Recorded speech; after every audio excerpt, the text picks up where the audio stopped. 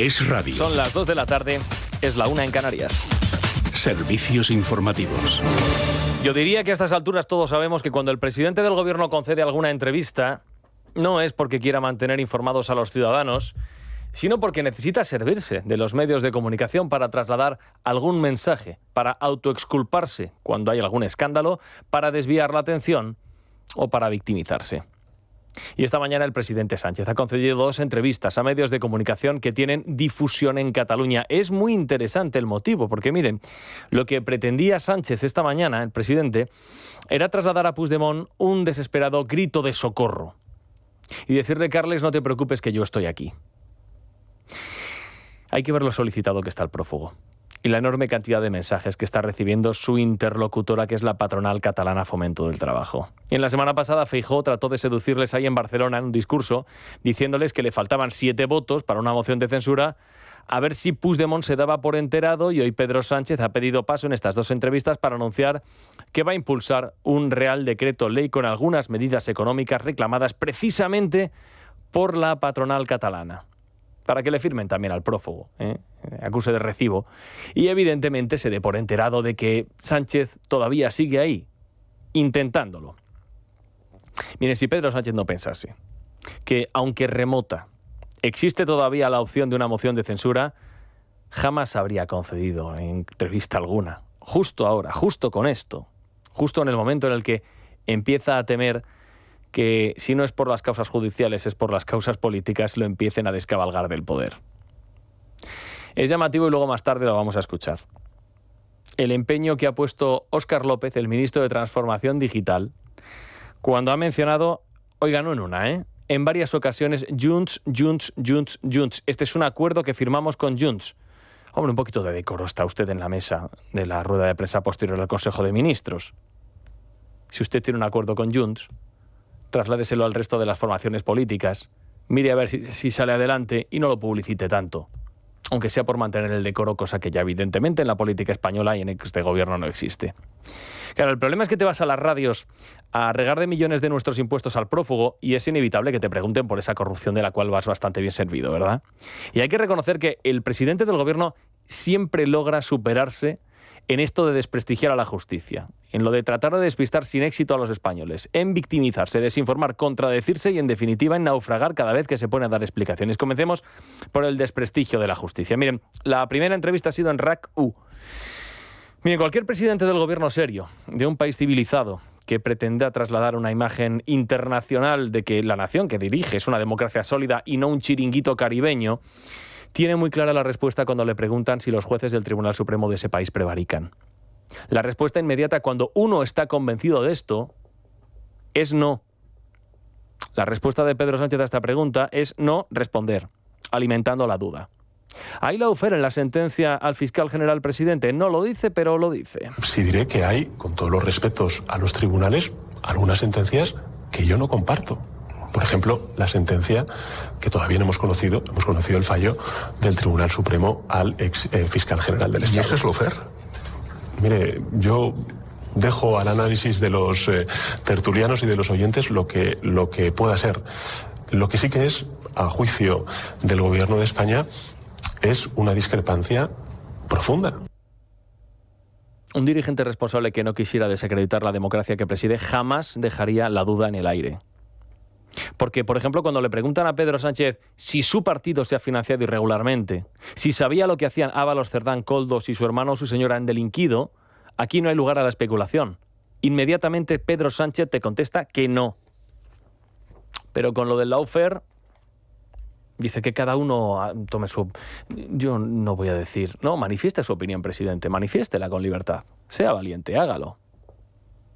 Siguiente pregunta, aquí la respuesta es sí. Si usted fuera jefe de la oposición de todas maneras y tuviera delante un presidente del gobierno con sus 2 antiguas manos derechas imputadas, yo estoy convencido de que usted pediría su dimisión. Pero yo he pedido perdón, he asumido mi responsabilidad. Asumir responsabilidades no es lo mismo que obligar a otros a que lo hagan. Lo llevamos repitiendo ya, ni se sabe el tiempo. Pedro Sánchez pediría a otros siempre la responsabilidad que él no asume. Pero ya sabemos que las reglas que él aplica a los demás jamás se las impone a sí mismo. ¿Pediría usted la dimisión para un presidente del gobierno que estuviera en sus mismas circunstancias? Naturalmente que Pedro Sánchez la pediría. Se habría gastado. Y habría, no hubiera encontrado tiempo Pedro Sánchez para reclamarla. Todos los días y a todas horas lo hubiera hecho. Bueno, saben ustedes que tanto Koldo como Ábalos están diciendo en los medios de comunicación eso que no se atreven, por cierto, a decir delante de los jueces. Los jueces esta mañana les han dicho a los dos, oiga, esto no es colaborar con la justicia. Ustedes no colaboran con la justicia diciendo las cosas en los medios de comunicación. Venga aquí, comparezca en sede judicial, dígamelo a mí y entonces ya empezamos a... Bueno, están desvelando los dos que el presidente estaba al tanto de todo, que daba chivatazos, que el rescate de Air Europa es un escándalo, incluso que Begoña Gómez cobró una comisión por ello de 1 millón de euros, cosa no poco. Y la aerolínea, por cierto, esta mañana también lo ha desmentido esto, ¿eh? Y aquí, cuando le han preguntado por las revelaciones al presidente, se ha colocado Sánchez el disfraz de víctima, de un chantaje y una conspiración. Lo ha dicho varias veces. Lo que van a escuchar no es que lo haya dicho en repetidas ocasiones en tan poco espacio de tiempo. Es un montaje que hemos hecho. Pero dice Pedro Sánchez que todo es un chantaje y que de esto no va a tolerar absolutamente nada. Ni por supuesto vamos a aceptar ninguna amenaza, ningún chantaje, ni de personas ni de organización. No vamos a aceptar ninguna amenaza, ningún chantaje. Todo lo que está diciendo hasta ahora es mentira. Lo que digo es que no vamos a aceptar ningún tipo de chantaje ni amenaza. Tampoco del Partido Popular. Yo lo he dicho antes y lo vuelvo a repetir, Jordi. Nosotros no vamos a aceptar, ni como gobierno, ni como partido, ni amenazas, ni chantajes de personas, ni tampoco de organizaciones. Miren, el chantaje es un delito. Y el chantaje a un presidente del gobierno de un país es un asunto muy serio. Muy, muy serio. Si el presidente del gobierno está siendo amenazado o chantajeado, lo primero que debería hacer es denunciarlo, ¿verdad? ¿Por qué no lo ha hecho? Esto nos lleva directamente a la entrevista que le han hecho en la tele pública. Oiga, si usted está siendo chantajeado, denúncielo, lo va a denunciar. ¿Usted se va a querellar? Mire, ¿Se va a defender a través de la justicia? Nosotros hemos sido claros en que todo lo que se está diciendo por parte de José Luis Ábalos es mentira. Por tanto, pues, no puedo añadir mucho más. No vamos a entrar en una espiral de querellas y de... No, simplemente... ¿Por qué? Porque no se defiende de estas críticas. Nos estamos defendiendo. Es más, estoy diciendo que, por supuesto, nosotros no vamos a aceptar ninguna amenaza, ningún chantaje. Y ya está. Debe ser el primer presidente del gobierno que dice que sufrió un chantaje, lo manifiesta públicamente y se limita únicamente a decirlo, pero no a denunciarlo. A ver si lo que sucede es que, como en tantos otros casos relacionados con la corrupción, Pedro Sánchez no denuncia nada porque lo que se viene manifestando puede ser verdad. Claro que también puede ser que denuncie a Koldo y Ábalos y entonces estos lo que hagan es revolverse y canten delante del juez más que lo van a hacer el próximo día 22 los niños de San Ildefonso. Se lamenta el presidente del gobierno de que se hayan desvelado reuniones como la que, según se ha publicado, mantuvo con Cerdán y Arnaldo Otegi, y no entiende el presidente Sánchez que la ciudadanía a todo esto le conceda credibilidad. Pero fíjese qué curioso, que habiendo dicho nosotros que no, y además, habiéndose también desmentido por parte, en este caso, de señor Otegi, estemos hablando de ello. Yo creo que es interesante para analizar efectivamente la capacidad que tiene la desinformación de inocular también el debate público. Pues analicémoslo. ¿Por qué sucede que cuando hay que elegir entre creerse a un personaje tan turbio como José Luis Ábalos o Koldo, a un terrorista tan siniestro como Arnaldo Otegi o a Pedro Sánchez, haya una parte de la ciudadanía que no se crea lo que dice su propio presidente? Puede ser que estas sean las consecuencias de haber trabajado con denuedo durante años en tu propio descrédito, ¿verdad? Es posible porque, miren, se le puede tomar el pelo menos a la gente, pero más es complicado, porque lo más llamativo de todo, lo más extravagante, lo más estrafalario, qué sé yo, lo más asombroso, lo más inverosímil, inconcebible, inaudito, es esta invención marca de la casa, este cuento corto, obra del presidente que lleva por título José Luis, ese gran desconocido. Bueno, yo en primer lugar, lo dije además recientemente, una cosa es que efectivamente tuviera una confianza política en él, que la tuve, no la niego, es evidente, y otra cosa es que desde el punto de vista personal era un gran desconocido para mí. Un gran desconocido para mí, porque conocí unas facetas de su dimensión personal que fueron muy desconocidas para mí. Vamos a ver, es verdad que Pedro Sánchez viajó durante meses por toda España con Ábalos en el Peugeot. Es verdad que acudió a su fiesta de cumpleaños. También es cierto que sus familias pasaron fines de semana juntos o que fue su mano derecha en el partido hasta el punto de que fue Ábalos quien le hizo la moción de censura.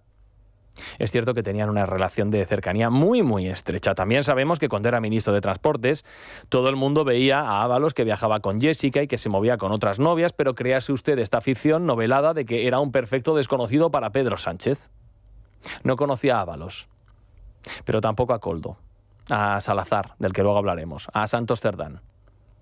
Oiga, si hasta las cajeras del Corte Inglés sabían el tren de vida que llevaba la Paqui. Era un gran desconocido para mí.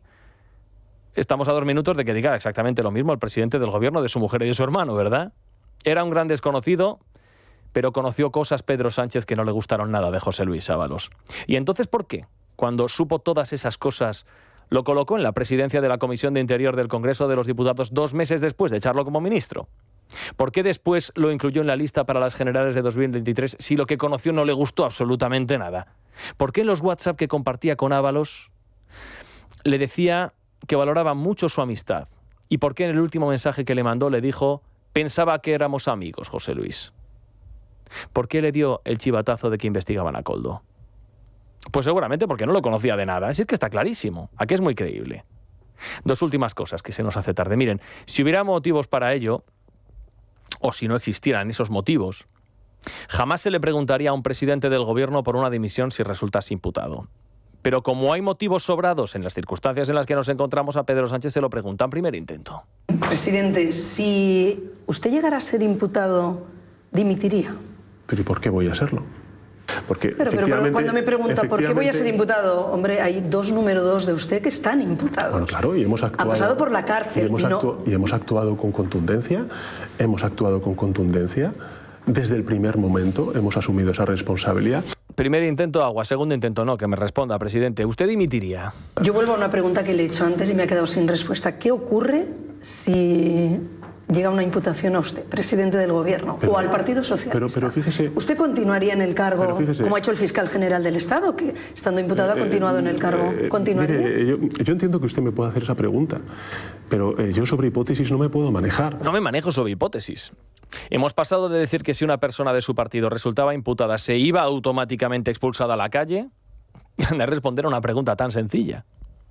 Y en esta estrafalaria deriva, tal y como están las cosas, no descartemos que llegue el día en el que si lo imputan, diga Pedro Sánchez que tampoco se conocía y que para sí mismo era un gran desconocido. Es noticia. Con Juan Pablo Polvorinos.